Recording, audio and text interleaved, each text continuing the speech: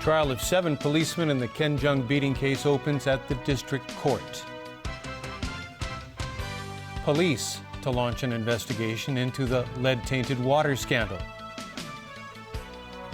We need to be part of a larger group of nations, both for our security and our trade. And Stephen Hawking backs Britain to stay in the EU.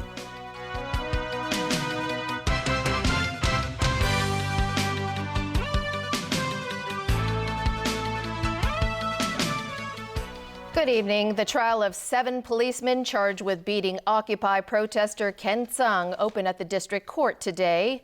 The officers pleaded not guilty. The judge adjourned the hearing until tomorrow as the prosecution had presented hundreds of pages of material to be examined. More details from Diane To.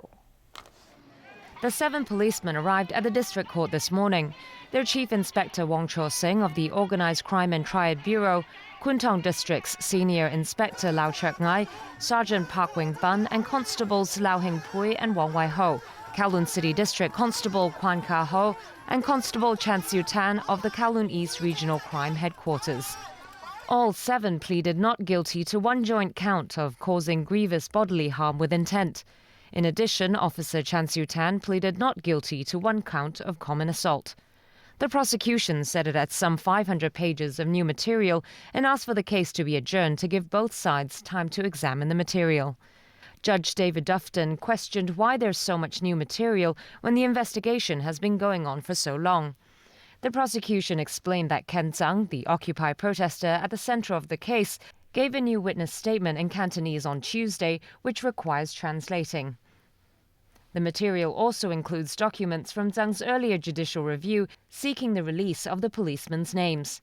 On the defense side, lawyers are challenging the admissibility of some prosecution evidence, including the footage from 4 media outlets, the police identification parade arrangements, and security footage from the Central Police Station.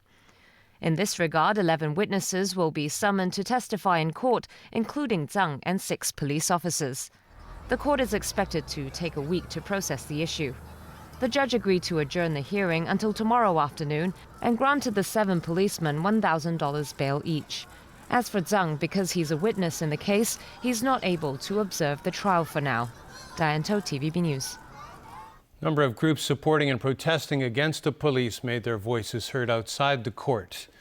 Police had to set up barricades to separate the two sides. Some groups showing support for the 7 police officers held up banners with slogans such as "Those who provoke deserve a beating." Others opposing police violence tried to burn a picture of the 7 policemen but were stopped by officers. They then stomped on the picture instead to show their disgust. One female protester shouted criticisms at the 7 defendants in court. But the judge had already left the courtroom at the time, so she was just asked to leave the place. Politicians and nervous public housing residents are demanding that the government retest water supply over safety concerns. And the police say they will follow up on the case. Rachel Lung has more on the fallout from yesterday's release of an investigation report on the tainted water scandal. The Democratic Party protested at the Water Supplies Department today, demanding the resignation of its director over the lead in water scandal. The head of Water Supply Department has not taken up his duty in a very responsible sense, and he should have detected the contamination issues much earlier. The party and nervous residents of public housing estates continue to express their dissatisfaction with the government's response to the Commission of Inquiry's report released yesterday. The report suggests re-examining the supply of water at all public housing estates.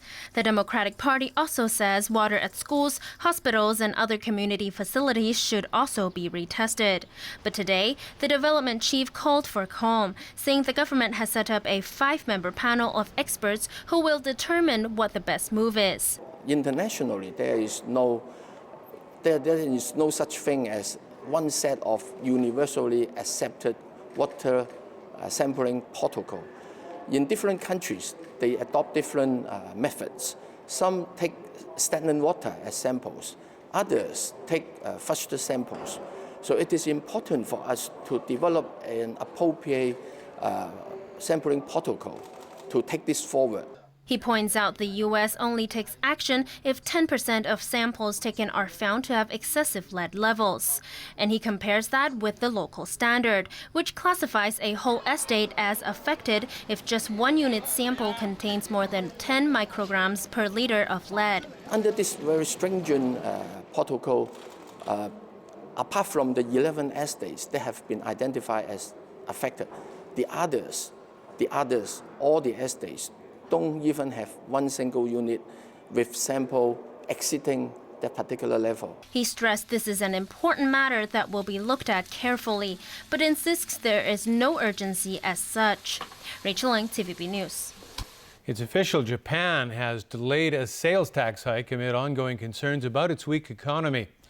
Japanese Prime Minister Shinzo Abe said today his government will postpone the tax hike by 2.5 years.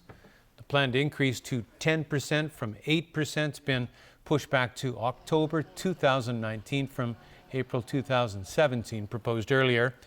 Abe said the global economic outlook was too uncertain to risk another downturn by raising the tax.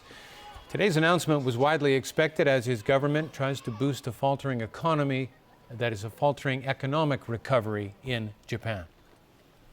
In South Korea, 4 people died and 10 others were injured in an explosion at a subway construction site near Seoul. The workers were welding iron bars underground when the explosion occurred this morning. The body of one worker was found above ground, while 3 others were found dead underground. While the cause of the blast is still under investigation, one fire expert believes a gas tank used for welding operations may have exploded. This is the latest in a long list of deadly accidents in South Korea, where safety issues continue to be overlooked. This includes the 2014 ferry disaster that killed more than 300 people.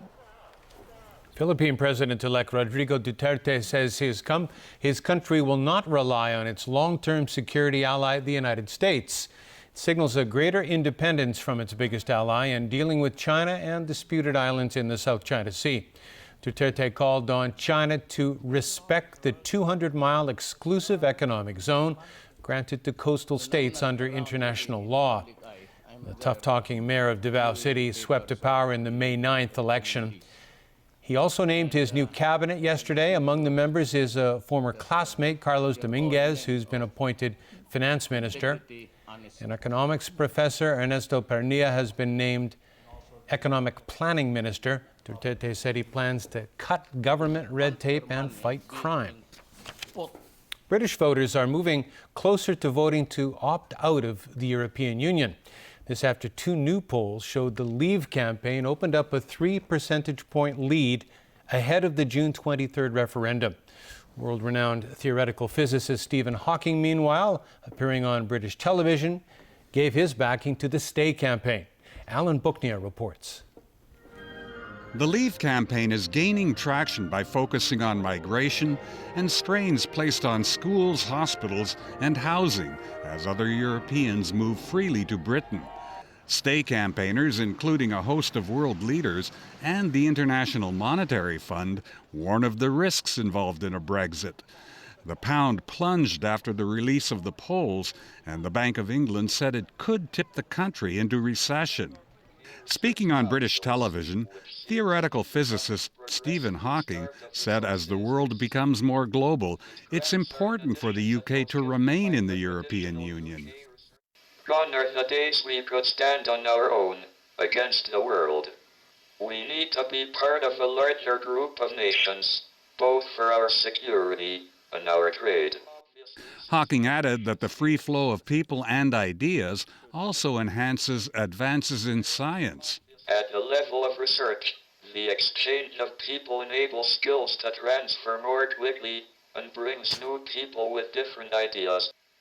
Without this exchange, we would become more culturally isolated and insular, and ultimately more remote from where progress is being made.